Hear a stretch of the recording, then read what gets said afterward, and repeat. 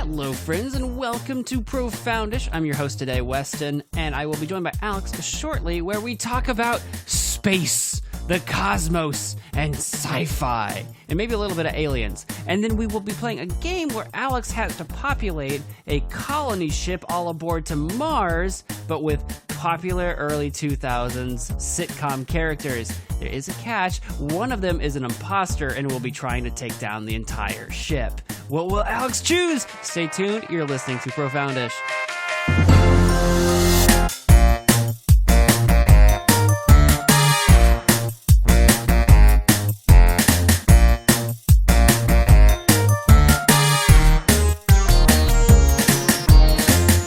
So there was this huge debate that I accidentally stumbled into, like not a part of, but just like scrolling and looking through. And it was a debate about how many Nicks were in the original Nick theme song. And almost... Oh, that's so interesting. And yeah, I can't remember where it was. It might have been just on like in a YouTube comment section. Maybe it was Reddit. I can't remember where I was. Because I remember looking it up. So it might have been on Reddit. But anyway, it was... Because like because and it's almost like a Mandela effect sort of thing, right? But I'm pretty sure there's like, how's it go? Hold on, Nick. I can't remember where there's one less. Nick. But it's the thing that we sing is usually wrong. Nick. Maybe.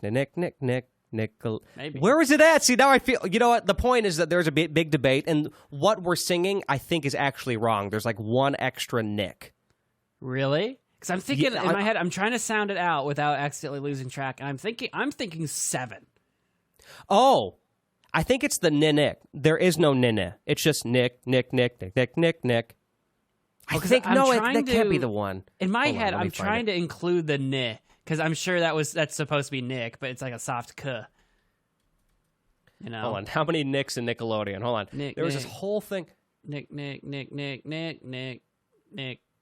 Oh, that was only 6. It says technically there's 8 Nicks. Is there 8? There's one extra. That's right. That's what it is. Okay. And I don't know where it's at. I'd have to play it. Maybe I can find a little short clip to play or something on here. Because there was I'm looking at a bunch of these like Twitter posts, and everyone's like in these arguments like 7, 8, 7, 8. But I guess at one point Nickelodeon stepped in and said guys, it's 12. Nickelodeon. But anyway, can we get that? There's got to be a YouTube video out there that is just like Nick, but every time it nicks, we add 3 nicks. That has to be a thing. But that reminds me that there was a video of, you know me, I'm a Tim Allen guy, and it was but every like millisecond it added another box of him going so it just sounded like a huge cave chamber, like a cathedral full of Tim Allens going like echoing. It was great. But anyway, that's one reason why I love the internet, because people just go on these huge rabbit holes of how many Nicks are in the old Nickelodeon theme that hasn't even played in like 20 years. But yeah, do they even have a theme now? Do they just, you turn on Nickelodeon, they're just like, Nick. Nick. No, actually, what it is now, it's still the theme. I only know this because of all my medley stuff, but like at the bumpers now, it's like a song. It's like doot doot doot, whack whack whack whack whack whack whack. That feels too much like PBS to me. I got PBS vibes off that. Well, honestly, if you listen to it, like if you watch a clip of on the official Nickelodeon channel, and then if you watch at the end where it has like, other recommended videos or whatever, it sounds like a PBS thing. It's like kind of bubbly. It's a little too clean cut for Nick, because Nick's in my got opinion, some, like, roughness to it. Because in my opinion, in terms of roughness, it was Cartoon Network was the most rough. Then it was Nick. Oh yeah, and then it was like Disney / PBS Kids or whatever. But that was kind of the order of roughness, I'd say. And Nick was also a little bit more like, maybe not as rough, but Nick was like, for a while with the slime, it's like we're kind of more right. Gross isn't the word, but I think you know what I'm trying to say. It's kind of like just what's the word? It's because it's still rugged? Different than Cartoon Network. Because the way it goes, right, is PBS is wholesome and bubbly. Disney is clean but corporate. Cartoon Network is your cracked out aunt.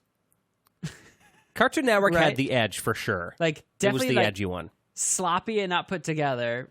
Fun though. And then Nickelodeon was that sort of like when I say rough, I mean like rough and tumble. Because when I think of like Nickelodeon, right, I always think of like Rugrats and that like art style and that like something about like not clean edges, just that kind of weird doesn't quite fit. But I liked it. It was one of those like, oh, it's kind of weird, but not like cracked out weird, but kind of weird. And as it moved on a little bit, it was kind of like it was the first major kids network in general, but it started to have that identity for a while. It doesn't now, but it was like during the slime era when we were coming up. Yeah, it was kind of like, made ew, gross. Sticky. Yeah, like creepy crawlies. Not creepy crawlies, but I thought of those toys for some reason. But, Drink bug juice. Yeah, exactly. Exactly. Just kind of like icky. But not creepy icky, just icky. You did have Icky Vicky, and she was on a Nickelodeon show. Icky Vicky from Fairly Odd Parents. What was the Amanda show on? Was that Nickelodeon. Nick? That's what I thought. Yeah, Nickelodeon Amanda show. If you've seen the Amanda show, that was a Nickelodeon Yeah, that's perfect. show. Yeah, that's definitely a Nickelodeon show, at least from our era. I loved. It was just so weird and zany too. Bring out the dancing lobsters. Judge Trudy or whatever. There's oh god, I want to. I have no idea if the humor makes any sense today, but I want to go back and rewatch the Amanda show. That humor in general, because like that was a Dan Schneider show. I know that there's a lot of opinions about him, but I'm just saying in general, like he did write these incredible shows. So, but they all had the same kind of humor. So like the Amanda Show, Drake and Josh, these were all him. Amanda Show, Drake and Josh, iCarly. They all had that silly, zany, almost nonsensical humor at times, but it kind of worked, at least at the time, at least at that age. One of my favorite, speaking of Drake and Josh, which was also a great show, but one of my favorite shows on the Amanda Show, I can't remember what it was, but it was like Drake and Josh, and they were like the Blues Brothers style. Yeah. And I can't remember what it was, but every time like Josh would do something like stupid, Drake would hit him in the head, and he goes, "What was that for?" And they go, "For being an idiot." And he goes, "Okay." Okay. Do you remember that at all? Oh god, I remember vaguely what you were talking about with the Blues Brothers. That didn't land as well for me, only because I didn't see Blues Brothers till much later. Like Drake and Josh was over when I saw Blues Brothers. Right. I just know, like, cause that one. And that was even before Drake and Josh, right? Because they got their start on like the Amanda Show and stuff. So they were just these kids, but Dad just, "What was that for?" "For being an idiot." Okay. And I didn't know, because I didn't know Blues Brothers at the time either. I just remember thinking, he just called him an idiot. He's like, all right, I guess I'm an idiot. Okay. Sorry, boss. Good stuff. It was good stuff. Out of this world stuff. Out of this world, huh? Yeah, out of this world stuff. Out in space, maybe. Out in space, when I space off, like staring out the window, thinking about these old TV shows, you just think somewhere out there, because of broadcasting, somewhere out there, some alien species or something is just like living it up with Drake and Josh. Yeah. I think that's how signals work, right? Wouldn't that be great? There could be a whole alien replica of, like, what if there's a whole alien version of us and they have their own, their own like sitcoms and stuff, their own entertainment, but it's very similar to how we do it. Like eerily similar, like parallel universe type stuff, but kind of Uncanny Valley. Maybe. Exactly, yeah. There could be. That'd be interesting. What are your thoughts on space? I also rate my transition. Definitely not your best, but definitely not your worst. I'd say it's solid middle. I thought it was pretty good. The really out of this world TV show. I guess that would have been like Lloyd in Space or something. Would have been out of this world. I think the only reason why I said it was like it's in the middle is because I knew it immediately Like as soon as he said, "Speaking out of this," was like it wasn't like. You know what? I think the delivery. My delivery was too blunt. If I had said, "Man, that show really was just out of this world," just really knocked it out of the park, then you would be like, "Okay, I guess that makes sense." Those are things people say. Right. Exactly. Yep. You heard it here first, folks. Weston just self-critiqued. Mark it down. Jot the time. I'm a very self-reflective individual. Thank you very much. I'm just kidding. So I wasn't offended. Space. The final frontier. I have always been interested in space since I was a little kid. In fact, I remember, I probably still have it somewhere, but I used to love to pull out the telescope and use it. Now, granted, it was like not a fancy schmancy one when I was a kid. Telescope. We had one of those too in my village that I grew up in, that we had out at our window, because I was really into space as a kid. So we had a telescope. I had these computer CDs where there was an exploration of the solar system or whatever on the computer. I was into space. Mm-hmm. Oh yeah, but you had a telescope too. That's pretty cool. Yeah, I had a telescope, and the nice thing, it's kind of like you. You basically were in the country, and I lived in the country for a lot of the time, so there's no lights really from the city. Yeah. So you can really see the sky at night. I always was interested in that. In fact, that kind of lasted for a while. I mean, I still am interested. I don't just sit there and look into that stuff as much now, but every once in a while I'll find myself reading about something. But I remember I have a book. I think you probably at one point have looked at it because I've had it for so long. But it's just called The Universe. And this book came out about 15 years ago. And it was at the time the farthest images that we could, it started with closest, and then it would just keep going so many light years away. And right. it would show how far the Hubble telescope can process images at that time. And then, it would start close, go through all the planets and a bunch of other notable places in space. And then it would eventually go out to these images that scientists could just barely make out at the time, and their predictions of what they were looking at and stuff. And then it just talked about the universe, and then universes, and what's beyond and all that stuff. And it's just a really interesting read, and especially with the images and stuff. It was just really cool. So anyway, I've always been intrigued with it, mainly probably for similar reasons as you, I'm assuming, which is there's so much we still don't know. We've just scratched the surface. But there's also so much that we do know that boggles the mind because of the just absurd vast distances and just the absurd chemical makeup of the universe that's alien to Earth. That what we do know is already astonishing enough, and then what we don't know is that's my point. What we know by a trillion or whatever, right?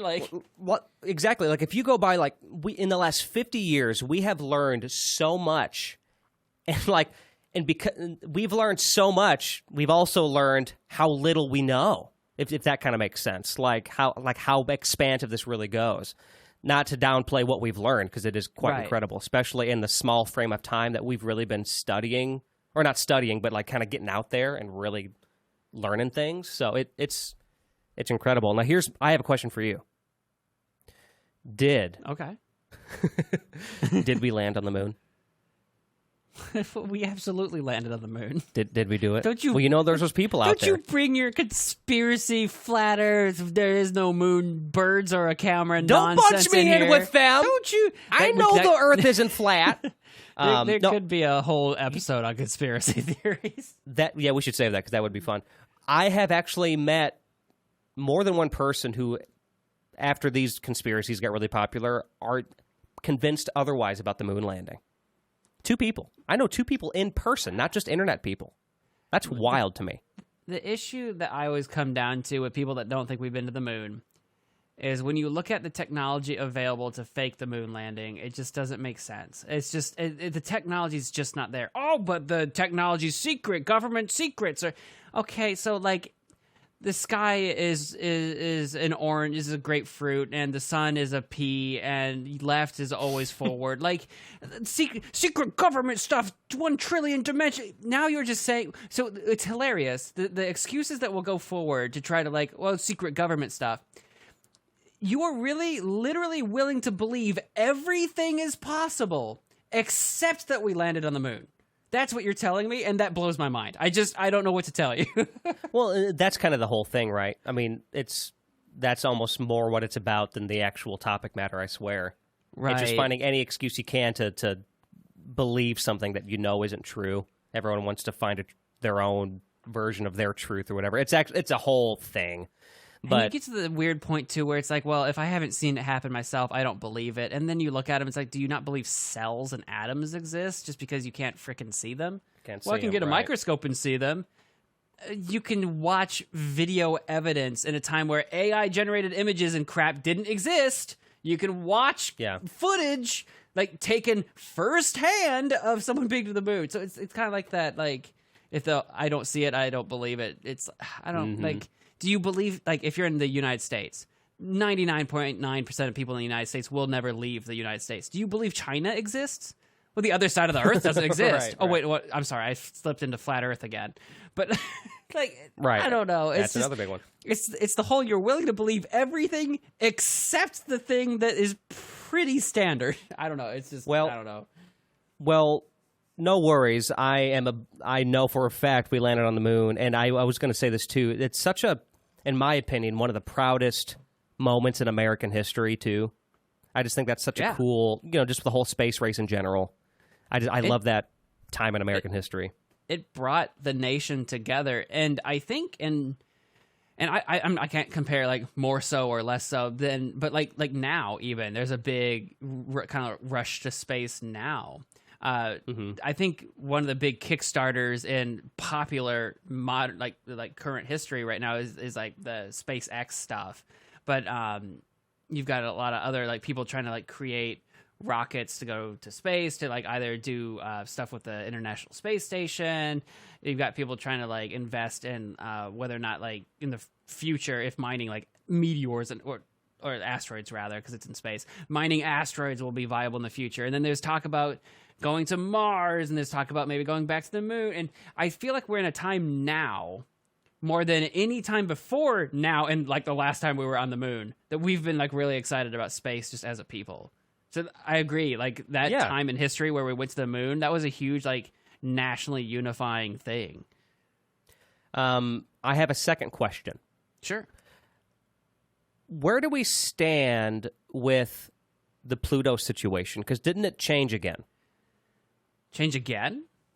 Yes, because I know it was Pluto was planet, then it became a dwarf planet. Right. But I heard that. Hold on. Do you mind if I look something up really quick? Yeah, sure. I could have swore our opinion on Pluto changed again. I thought. You can look it up. I think it's still classed as a dwarf planet. Our understanding of its like position in the larger scheme of things may have become more refined, but I think it's still classed as a dwarf planet as far as I know. I remember this is maybe like a year ago or two. Yeah, this is right on NBC News. So it was at least being talked about again.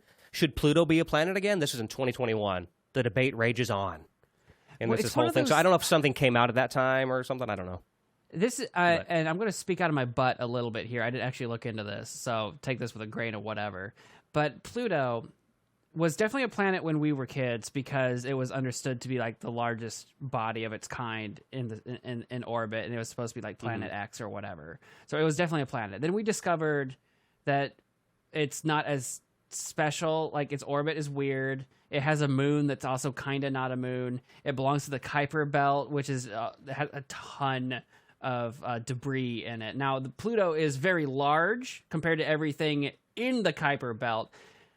But because the Kuiper Belt still exists, Pluto's gravity is not strong enough to like clear its orbit of debris, right? I'm kind of this weird mind that I think Pluto... This is coming out of my butt. Don't know if it's possible. Pluto could become a full-fledged planet, maybe in the far-flung future, if it starts crashing into more Kuiper Belt debris in, like, kind of its mass increases that way. Because that's what, like, for example, Saturn's rings, right? It's just a bunch of debris that got caught in its orbit and is being sucked into basically the planet. Eventually, Saturn will not have rings. Eventually, all its rings will get sucked into the planet. It will be a long time, but that's the eventuality. I don't know if Pluto is the same way with a lot of the stuff in the Kuiper Belt, but it's going to take like a bajillion years. So, like, for now, until then, it's a dwarf planet because it's like it's almost there, but not really. Yeah. I know that it... See, I don't know that much about it, so I won't claim to, but I will say that I just remember when that happened, it felt like, at least my world was like, it shook up a little bit.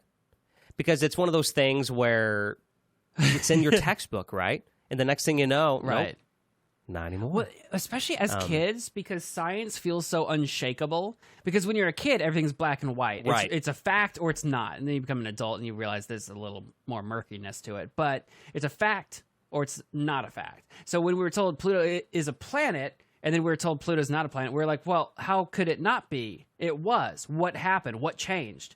What happened to Pluto that made it not a planet? And you find out, well, nothing changed with Pluto.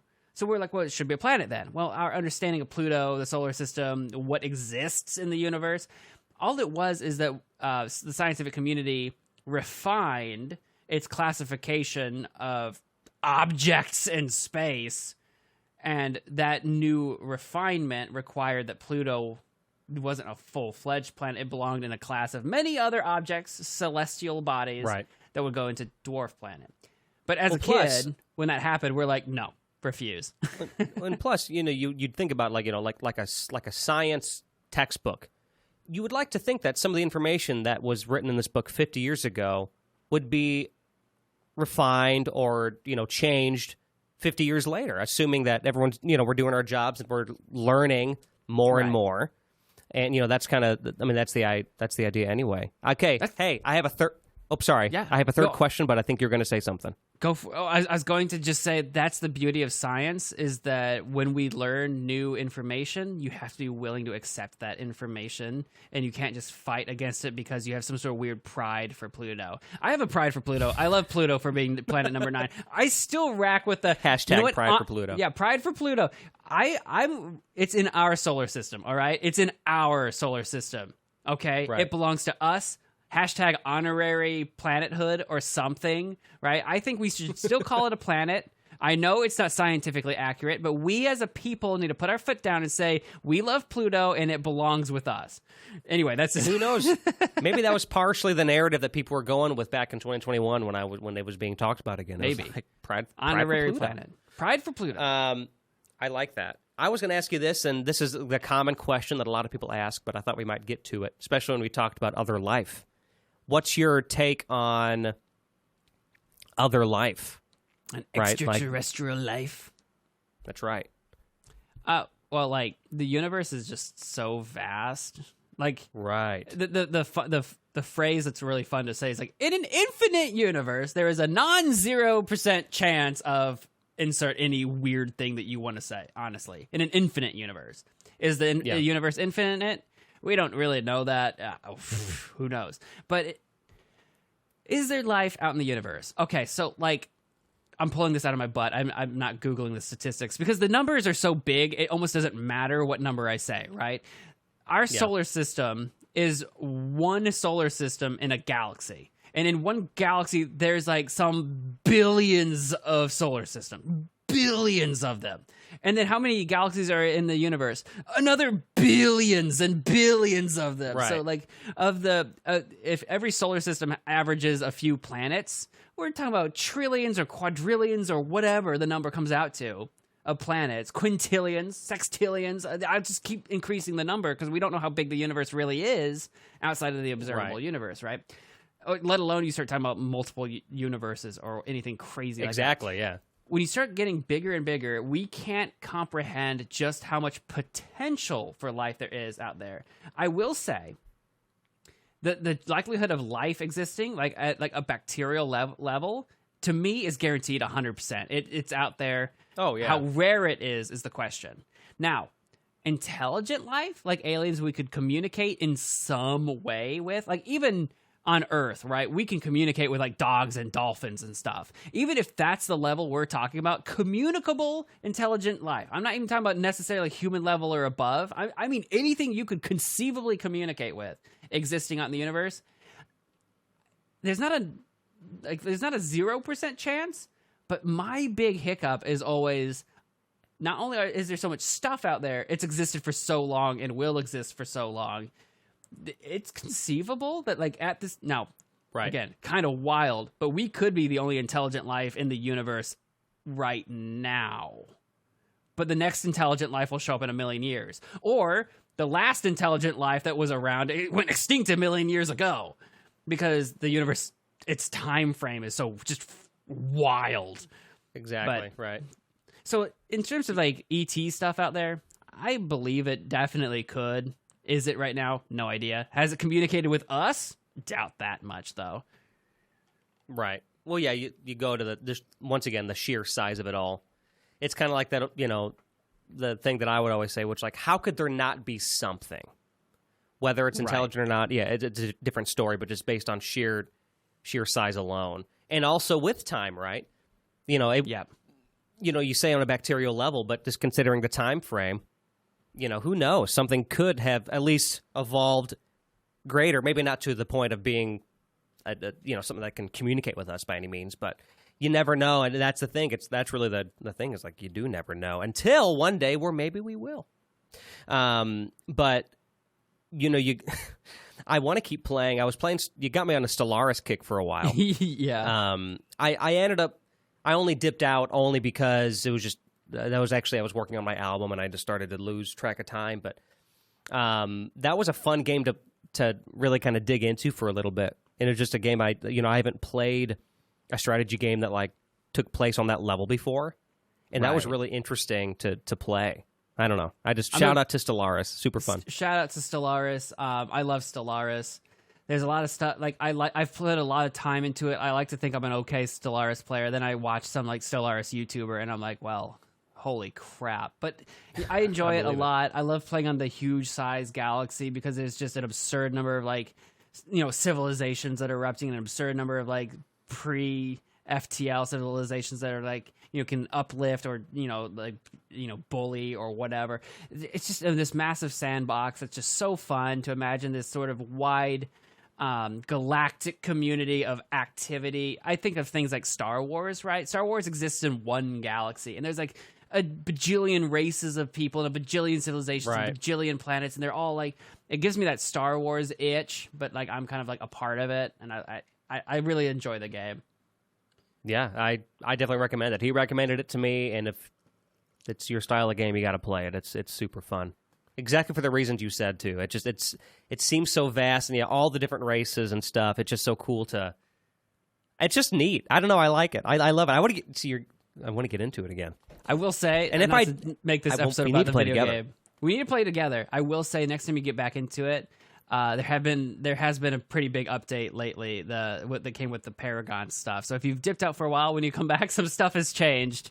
So it'll be fun to play. But don't freak out. Sometimes every now and again, Paradox games, when they have updates, things change quite drastically.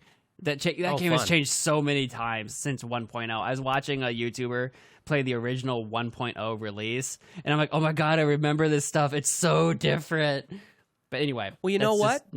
Yeah. Going back to the topic, things in science change, just like we talked about. That's okay. Like we said, things change. Change is okay. Change is good sometimes, but Pluto is still a planet. Yeah, pride for Pluto, hashtag. People did land on Pluto, and the moon is a planet. That's right. People are Pluto, and the moon landed on a planet. I was trying to say the opposite of what you said, but I didn't say it right. The moon landed on a planet. That's kind of true, because that's like where people think the moon came from, was that a massive freaking asteroid hit Earth, right. And like the moon is a piece of Earth that like just got shunted off of it or whatever. So that's kind of what happened, is basically a giant moon-sized thing hit Earth and made the moon. That's the idea. Did you ever read the H.G. Wells Time Machine? I haven't. I should. It's been recommended to me by, I think, literally you. It's a short read. Easily you can read that in a night. I mean, I read it in a night, and I'm a slow reader. Like I can only read a chapter or two a night, and then I'm kind of ready to stop. But anyway, there's a movie too, but it's a pretty simple story, but it's a classic, and so I do recommend it.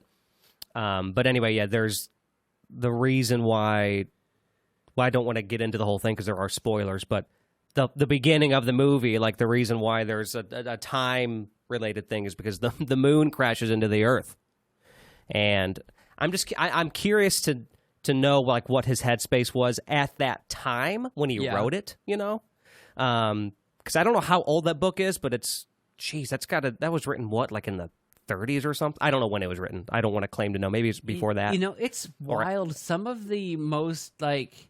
A lot of what we base our current sci-fi on is people that were thinking so far ahead of their time, like so many decades ago, talking about really advanced level stuff that like when they wrote this stuff, it was just complete fiction. And today we're like on the verge of like, no, this isn't fiction. It's fact now on some level. I know. That's crazy. It's so wild.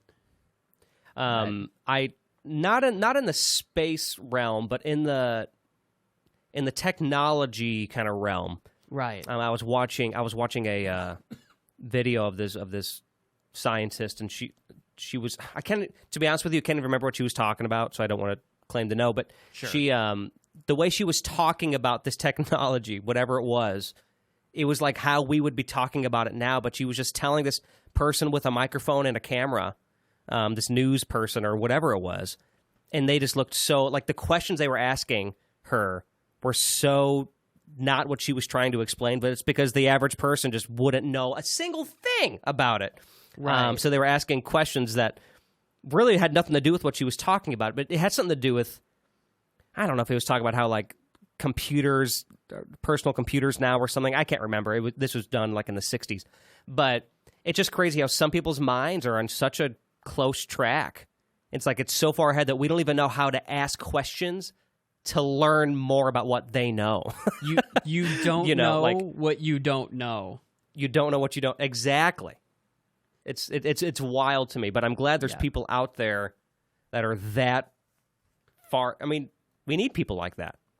I know, always like, moving forward. You know, you're sort of your creatives and your dreamers and your scientifically inclined people that have the scientific know-how to think how things really work versus how we just intuit things work, because the universe doesn't on the widest scale work the way we think it ought to. There is crazy physics that shouldn't make any sense, and yet here we are. So we have people that are intelligent enough to like piece that together mathematically, but then you also have creatives, like when we were talking about science fiction, right? People that are writing, we have creatives with the imagination to imagine how things could work. And then that's that like merger of that imagination and science where it's like, hang on a second, hang on, that crazy idea, are you onto something?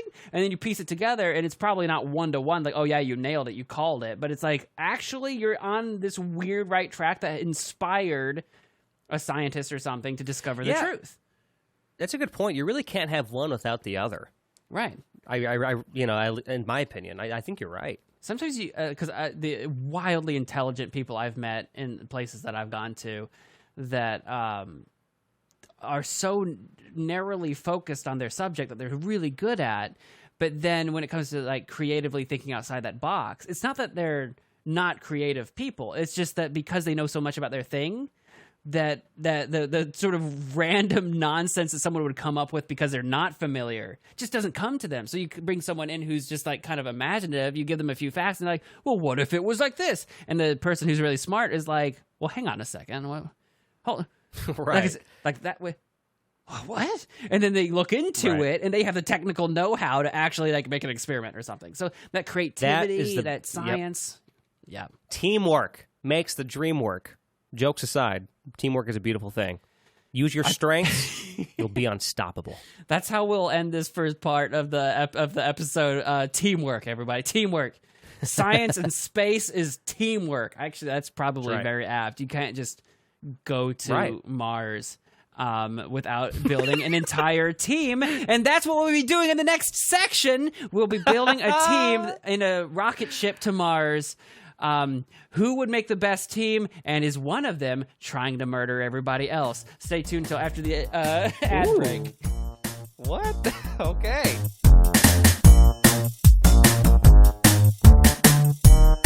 Profoundish is brought to you in part by HastilyMadeDecision.com. Get your poetry fix from my poetry blog featuring haiku, senryu, freeform stuff, and more. Again, that's HastilyMadeDecision.com for your poetry fix. Profoundish is brought to you in part by Camp Nostalgic Saturday Morning, a show that takes a deep dive into pop culture's biggest questions. I co-host alongside Dave Rediger, and it's a lot of fun. Watch the show and see all the other content offerings at campnostalgic.org.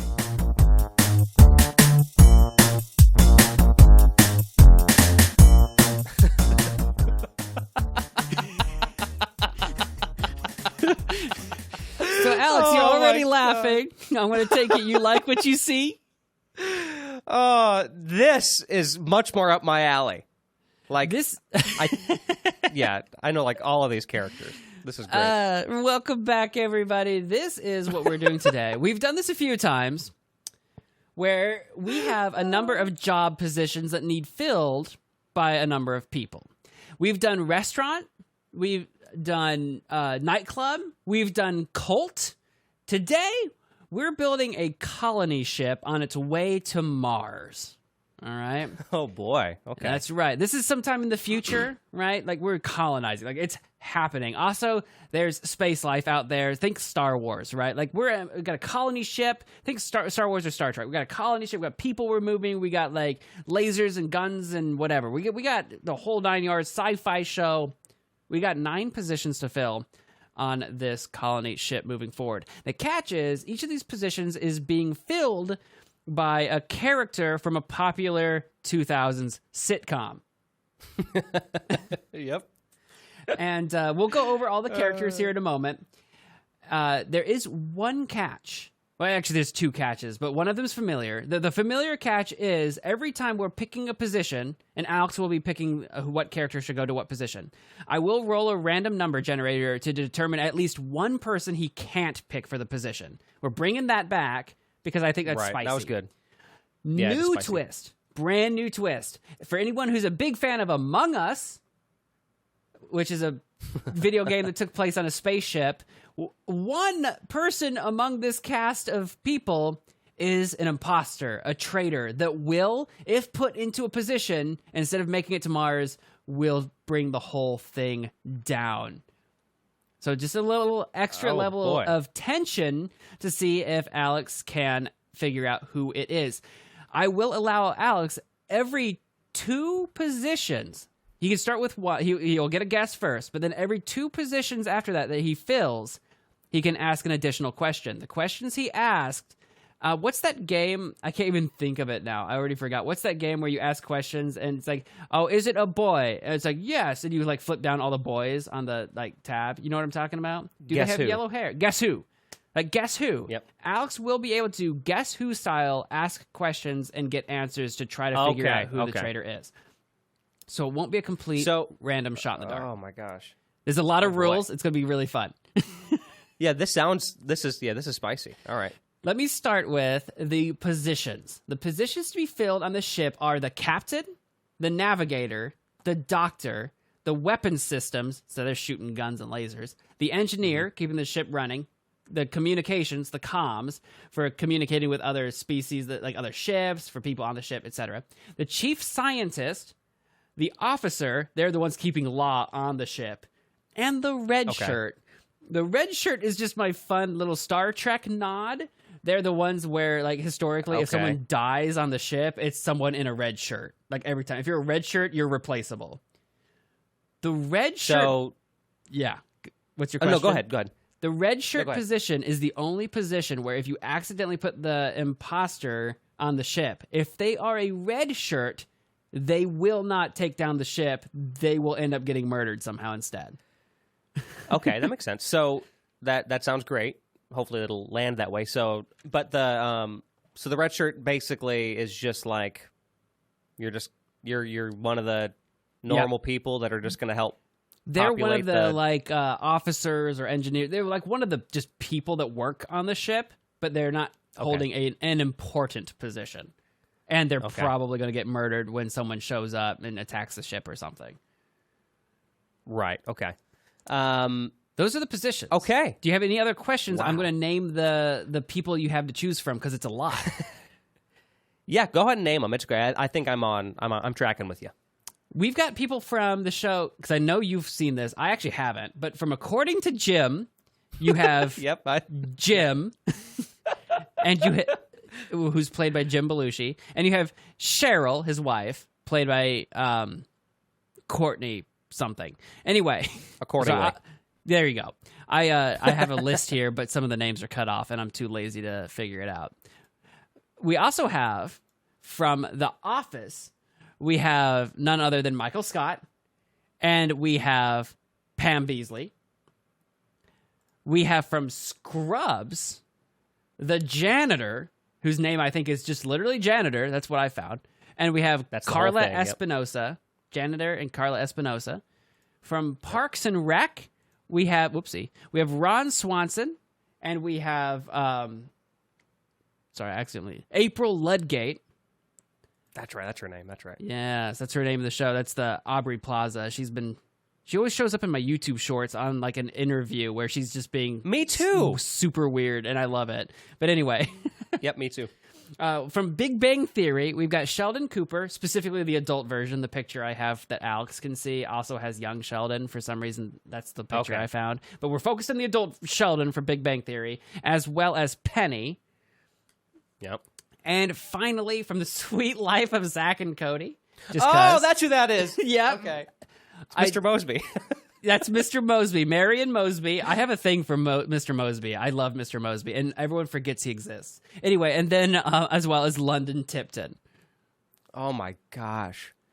Now, that gives you 12 people to work with and only 9 positions to fill. 8 of those positions need to not have an imposter. So you have decent odds of figuring out who the imposter is and not bringing the ship down, but not great odds.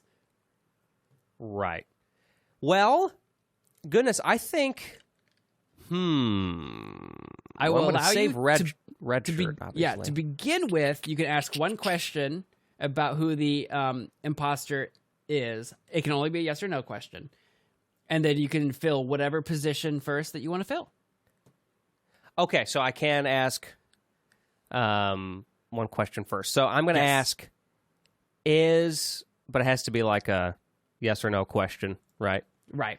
And I'll keep track of your questions so you don't like accidentally forget what you've asked and not asked. Is the imposter male? No. Okay. All right. Well, I guess I'm going to start with the male then, because I know that'll be safe. So I guess we'll start at the top. We'll start at the captain. Very important role, of course. Who would be a good captain? Definitely not Michael Scott. See, you're talking my language now because, I'm not a Disney hater. There's a lot of Disney shows or movies I haven't seen in so long. Last time we did Disney perfect. Characters, and this is more. It was still a fun cult though. Because we had the Lightning McQueen was in the choir. But in terms of a captain, well, see, the nice thing about this is that I'm assuming, now you can tell me this, would you say the captain probably works alongside the navigator quite a bit?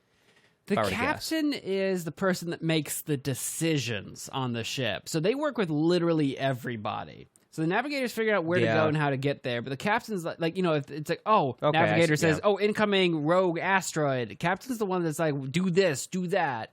That kind of thing. Right, so it really is the leader. The thing is that all of these characters here, none of them are going to be a great leader.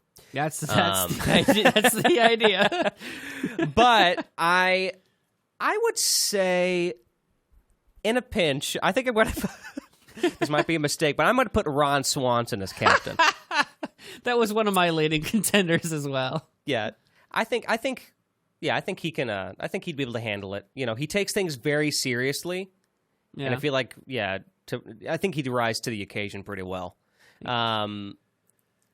So I need to do another one before I can guess another question on the imposter, correct? Correct. And you're putting so far you're putting Ron Swanson as your captain. Now, now that you've done that, one additional rule that isn't normal when we do this is that I usually allow you to swap people if you want to. You will not be allowed to do that this time. Right. Okay. Okay. That I think because that's more of the than fair. imposter situation. Just in case anyone's thinking about that. You have decided that your captain is Ron Swanson. He will be leading, hopefully, your colony ship to great success based on his tremendous leadership. Ron Swanson. Now, Navigator.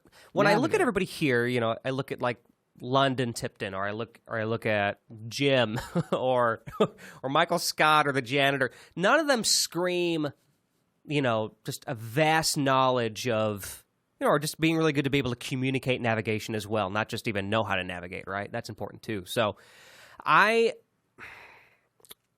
don't know why, but I feel like Mr. Mosby might be pretty good at he gets a little cranky. I completely forgot this with your first pick. I need to generate who you're not allowed to do. Oh, sorry. Yep, go ahead. I completely forgot. If it's Mr. forgot. Mosby, I'm going to be mad. No. So, obviously, captain's already picked. That's already done. So, are you doing Navigator? Yeah, I'm just going down the list. Navigator. So, the one person you can't pick for Navigator is going to be Penny. Penny, okay. I'm using a random number generator to determine who you're not allowed to pick. So, Penny is not allowed to be Navigator this time. Okay. I think another person who because navigation's important. I mean, all of these roles are important. But we want to make sure we're getting to where we're going the most efficient way possible, be able to communicate that to the team of people here. I feel like another one that takes their job very seriously is Mosby, right? He's cranky, so that's why I don't want him to be captain, but I'm going to make Mr. Mosby the navigator. You think he might be the most, like, kind of knows where he's going, can, like, I think he can learn. It's kind of more about taking... Yeah, I think it's kind of about taking the job seriously, and I just feel like he'll know his stuff. Just compared to everybody else here, I mean, I don't think Jim's going to know his way around space. So, according to Jim, at least. But that's kind of where I'm sitting there. And there's a few other names that might stick out, but I think they'd be better suited for different roles. So I feel like I feel like it's a decent. I know personally. I was actually considering Sheldon Cooper for this position only because, like, if you want to not get lost, he's probably the one that would have, like, the universal map, like, memorized, like, weirdly enough. Yeah. I thought about him, but I think I'm saving him for something else. I feel like I know who it is, but that's just me. Like, that was a big contender for me. I like Mr. Mosby. Right. For his seriousness, I get that. Yeah. Once again, he's a little cranky, so he shouldn't be captain. But navigator, yeah, he can stick to his own sometimes. I think that'll be good. All right. That's been 2. You're allowed to ask a question about the imposter if you'd like. Does the imposter have dark hair? I'm just typing it out. Should I specify? Based on that, I'm going to say yes. Okay. So it's going to be either Pam. I know her as Aubrey Plaza, but the girl from Parks and Rec. Who basically she's basically the same person. Yeah. April Ludgate. For everyone or London. Listening. God, it would almost fit if it were April. That would almost fit. Like if anyone's going to be the killer. All right. So interesting. So let's go to the doctor. The obvious choice would probably be Carla. Out of these characters, because I don't know what Jim from According to Jim. I'm not hugely familiar with that show, but I did watch it back in the day. I don't know if his wife was like a doctor or a nurse or something. I'm not sure. I know that the janitor got in trouble for malpractice because he pretended to be a doctor. But I do know, which is actually really funny, because he'd call himself Dr. Jan Itor. Okay, I like it. Jan space Itor. It was funny. Anyway, but I'm going to put Carla as the doctor. She's very knowledgeable. Oops. And I think she would be this best suited for that. So There we go. pray to God she's she's not the imposter. You've locked in Carla as your doctor. I will remind you that she is a not male with dark hair. Who knows? But I'm locking it in. I know. I had to put her there. I agree that of everybody here, she's got to be the most viable candidate as, being is she a doctor or a nurse in the show? I actually don't know for sure. She's a nurse. Okay. Because I've seen Scrubs. But she outruns those doctors most of the time. Right. What doesn't every nurse? But no. Right. Seriously. But I've seen the show, but I definitely have not seen it like you have. So I'm sure Alex knows more than I do definitely. Right. So Carla Espinosa from Scrubs is your doctor choice. I just don't think you picked her. I just don't think you did. I did. By the way, I didn't pick. I used a random number generator to determine who it is. Well, I didn't pick. Damn it! All right.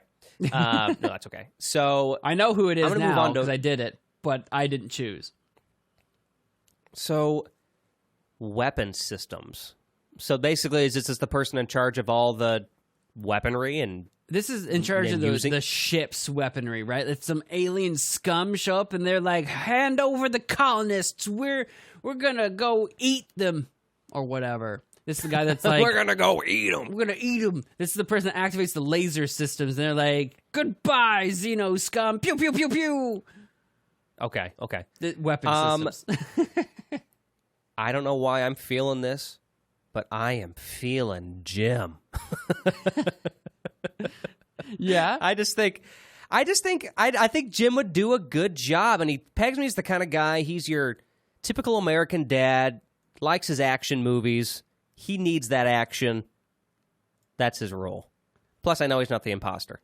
Do I? Because I actually never watched any According to Jim, but I included it because I knew you did and enjoyed it. Is he a very I don't know. Is he like an aggressive, kind of macho, when I think weapons, right? I think person that wants to hit the shooting range for fun every weekend, or that kind of guy. Is that Jim? More so than anyone else on the list here, but honestly, he's really just your typical, just kind of meathead dad. Honestly, yeah. But compared to anybody else, other than maybe Ron Swanson, if he would have done that, I think this Jim's just the best. The thing about According to Jim, what I say about that show now, it's kind of remarkably unremarkable. That's what I say, because it's just kind of a show. It's like all the other ones. But I kind of get that. That's how I felt about because I actually watched King of Queens. That's how I feel about it. It's remarkable, just whatever. I like King of Queens. But yeah, exactly. But it's it's not it's not anything crazy. Exactly. Yeah, it's a similar thing. That was during a time when everyone was doing a show that was the same. Right. So, but yeah, anyway, that's why Jim is going to be the weapons guy. You get to ask another question about the imposter now, if you like. I would love to. I feel like I can't ask that because that's specifically about the picture, so I won't do that. But let me go. Can I... Oh my gosh. If you ask anything too specific about the shows, there's a good chance I might not know it. Because even the shows I've watched, it's not a lot. I'm not a big TV guy. I'm going to ask a question, but it might require you to do it'll be one search on Google, and it'll be the first result. It won't be hard to find the answer to, if that's possible. Okay. Okay, so was the imposter on a show that ran for more... No, sorry. That ran for less than 6 seasons.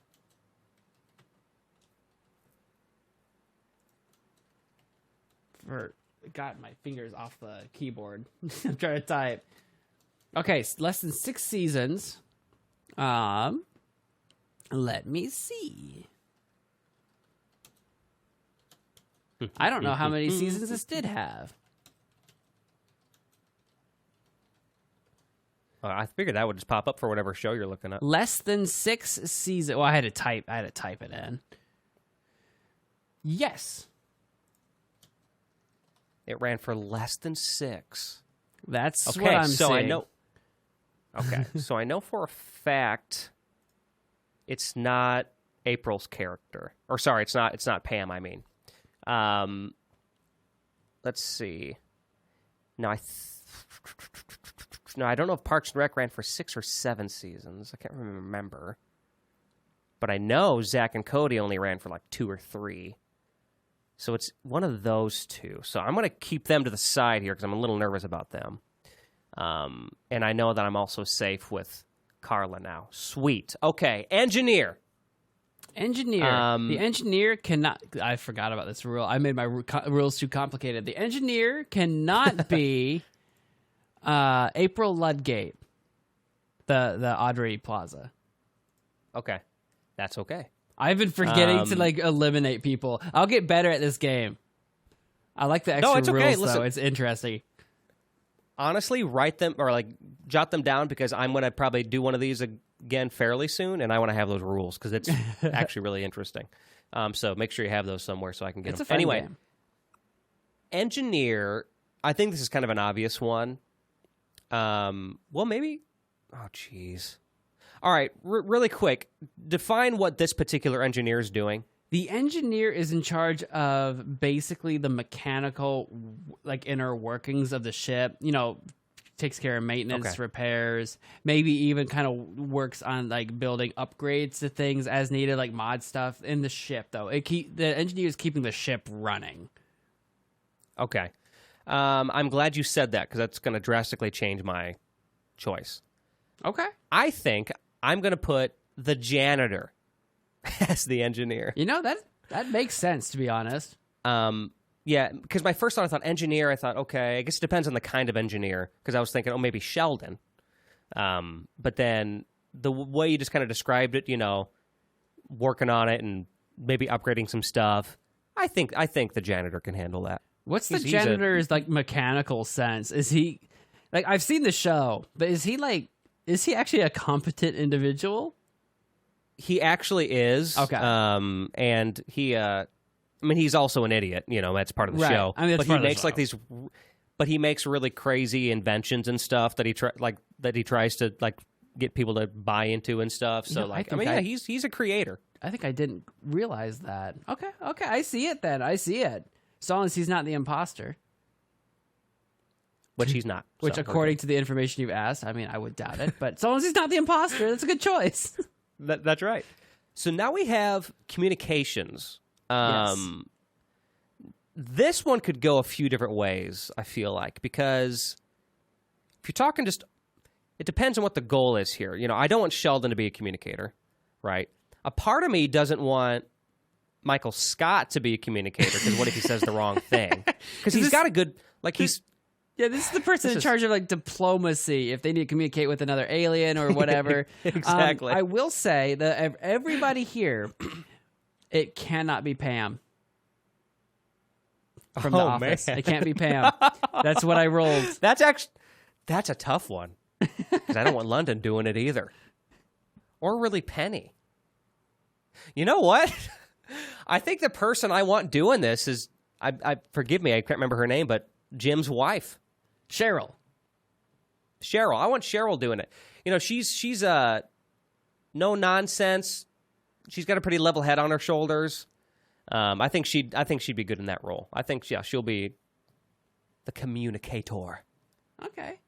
I'll have to take your word on that. If my knowledge of sitcoms holds up, that's probably the move to make, right? The wife of the husband in the sitcom is usually more level-headed. Because in every sitcom in the early 2000s, the husband is the big dumb, and the wife is usually the voice of reason. Maybe she has her flaws in episodes for sure, but that's kind of just the formula. So that kind of checks out. Yeah, I think we're good there. You can ask another question. Okay. How I think it. All right. I'm sorry. I hope that's okay, but can I ask another seasons question? Yeah. Okay. But it has to be a yes or no question. But yeah. Right. Okay. Was the imposter on the show that ran for less than 4 seasons? I feel like you just asked the same question, but like with a different number. I did. Yeah. But The answer is yes. Okay, well, I think I know the imposter then. But, so should I say who I think it is or should I wait? That's up to you. I think I'm going to wait, but I'm going to obviously leave her off. Okay. So let's go to the scientist. I think I want to make Sheldon the chief scientist. Now hang on a second. Oh, no, don't tell me it's him. Don't tell me I can't pick him. It can't be, drum roll, it can't be Pam. Okay.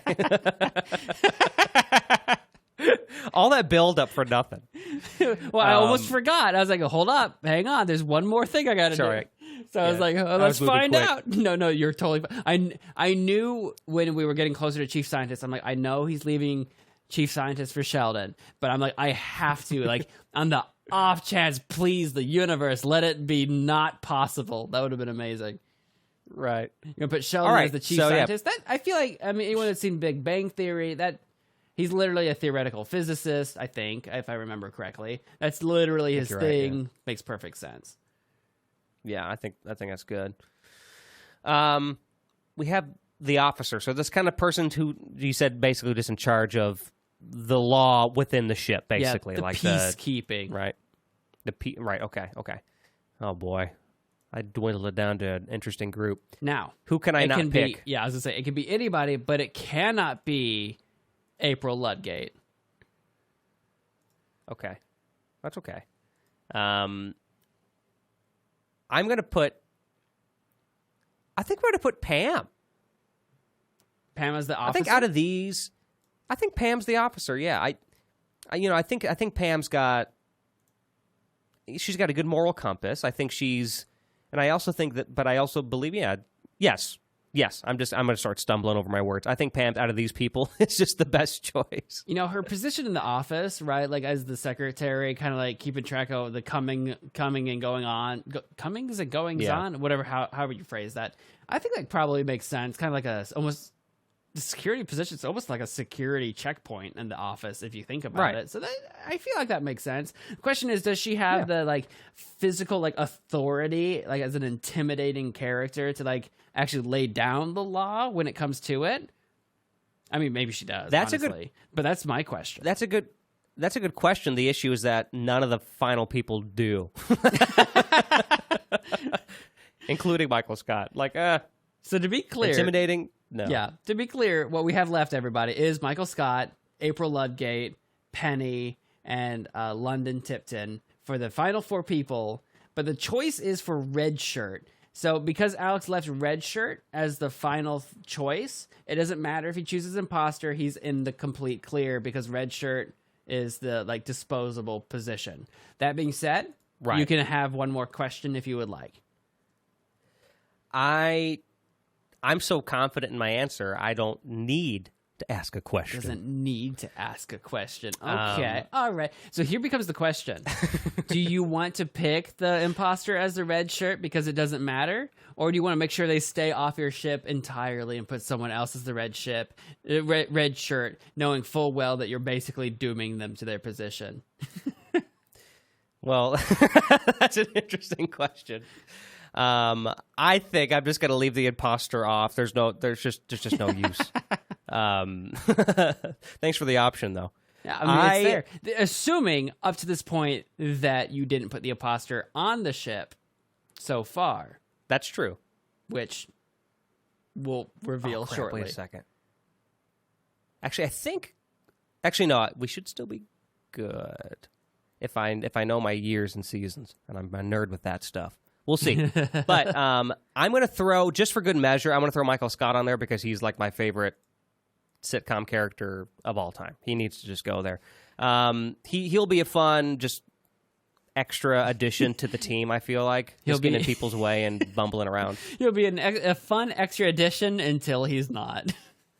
Which is exactly what Michael Scott is, Now, here's that's the what she question. said all the time. And Were you allowed to pick Michael Scott is the question. oh crap! Wait, what? You can't pick, drum roll, you can't pick London. Okay, You're fine. well, that's good. You know why? You know why that I said that's good? Why is that good? Because I think London's the imposter. London Tipton was the imposter. She would have taken down the entire ship if you had chosen her. You asked the relevant, intelligent questions to narrow it down, and you nailed it. You nailed it, especially with the number of seasons. I say you had some because you nailed it whether or not it was male or female. It was female London. You nailed that right away. That eliminated half your options. You figured out it had to be someone dark haired, which actually left quite a few people with dark hair still available to choose. But with the seasons questions, you narrowed it down. The Sweet Life of Zach and Cody ran for 3 seasons. So when you asked them about the less than 4, that basically left London Tipton as your only real option. She was the imposter. She didn't make it to the ship. The colony ship does get to survive, and it will be captained by Ron Swanson, navigated by Mr. Mosby. The onboard doctor is, in fact, Carla Espinosa. Weapons are being run by Jim. The chief engineer is the janitor from Scrubs. In charge of communications is Cheryl from, according to Jim. Your chief scientist is Sheldon from Big Bang Theory. Your head officer is Pam from the Office. And your red shirt disposable goofball is, in fact, Michael Scott from The Office. There's Who might die because he's a red shirt. Who likely will die.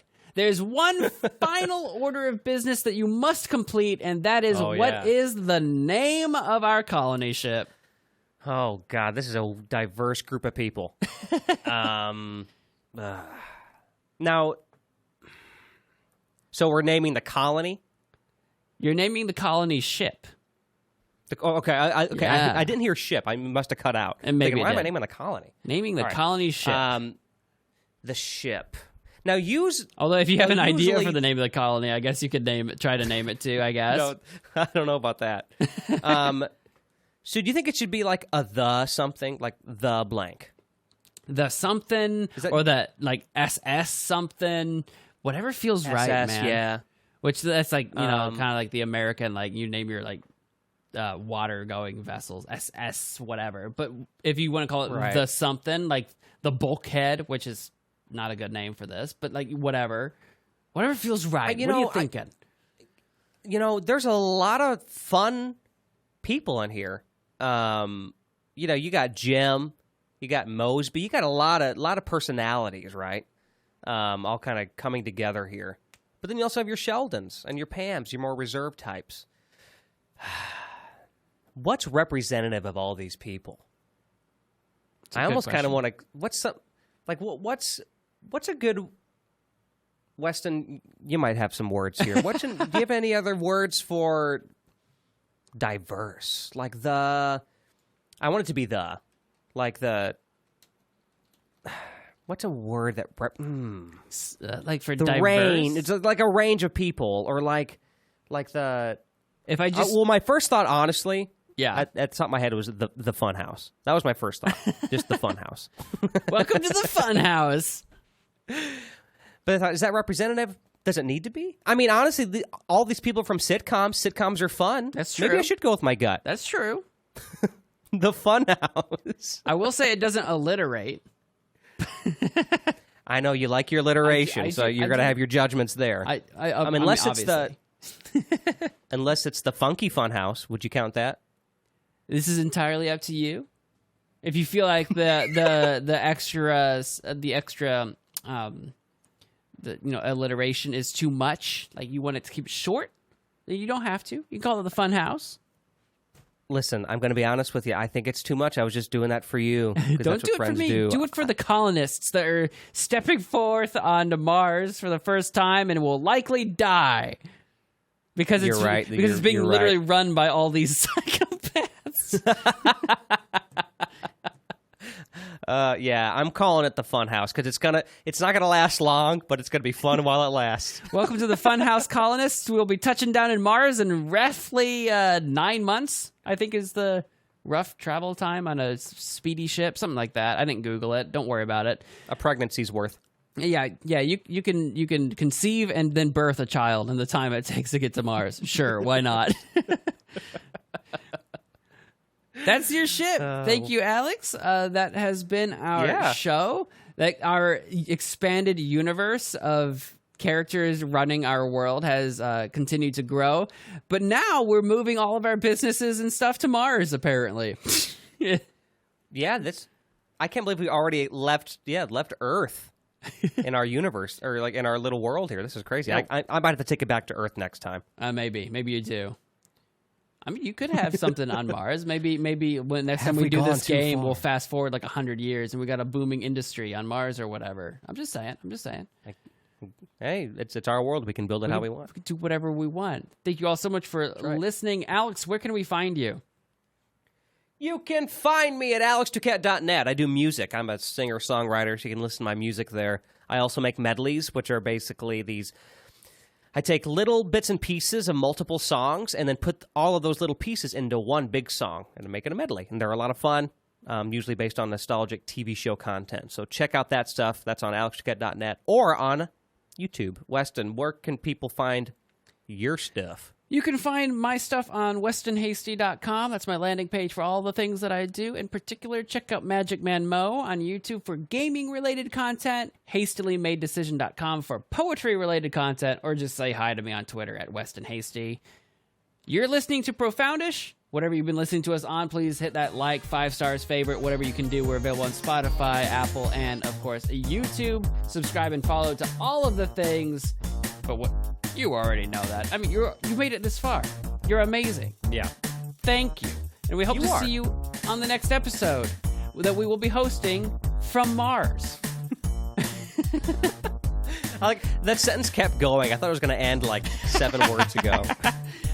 I'm really but good it just kept going. at doing that. Just adding words to the sentence until you think it's just about over, until you realize that Weston really enjoys talking about a number of